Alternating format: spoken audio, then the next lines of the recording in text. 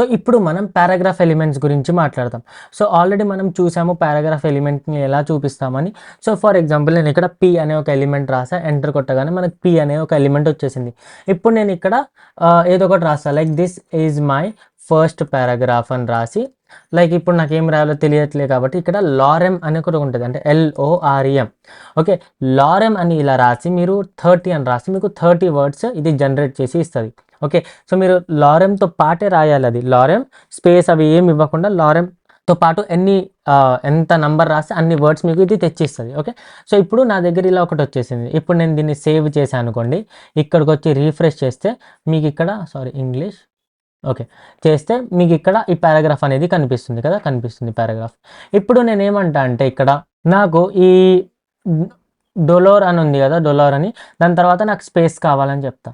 So నేను ఇక్కడ ఏం చేస్తాను అంటే space space space space space space చాలా స్పేసెస్ ఇచ్చేస్తా.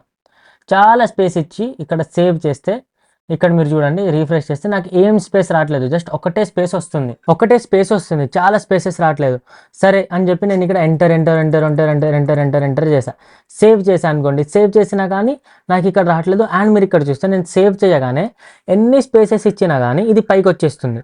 అంటే ఏంటి, పారాగ్రాఫ్ ట్యాగ్స్ ఇవన్నీ ఎలిమెంట్స్ ఎలా ఉంటాయి అంటే నేను అప్పుడప్పుడు ట్యాగ్ అప్పుడప్పుడు ఎలిమెంట్ అంటున్నా, కానీ మీరు అర్థం చేసుకోండి. ఓకే, సో ఇదంతా ఎలా ఉంటుంది అంటే ఒకటే స్పేస్ తీసుకుంటుంది, చాలా స్పేస్ మధ్యలో తీసి మొత్తాన్ని ఇగ్నోర్ చేసేస్తుంది. ఓకే, సో ఇప్పుడు నేను ఇక్కడ ఒక స్పేస్ ఇచ్చా కాబట్టి ఆ ఒకటే స్పేస్ ఇది ఇక్కడ తీసుకుంటుంది, అంతేకాని నేను 2-3 స్పేసెస్ తీసుకుంటే తీసుకోదు.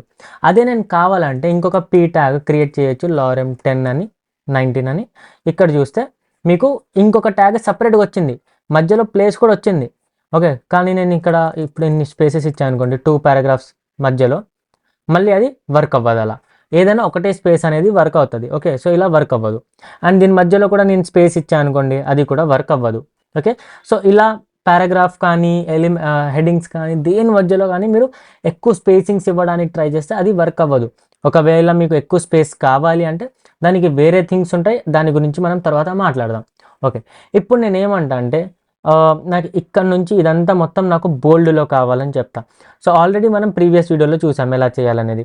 సో నేను ఇక్కడ బీ ట్యాగ్ ఓపెన్ చేస్తా అండ్ ఈ క్లోజింగ్ బీ ఎలిమెంట్ క్రియేట్ చేసి ఈ క్లోజింగ్ ట్యాగ్ని ఇక్కడ నుంచి కట్ చేసి లాస్ట్లో పేస్ట్ చేస్తే ఇప్పుడు ఇదంతా ఏమొచ్చింది, ఈ బీ ట్యాగ్ లోపల వచ్చింది కదా.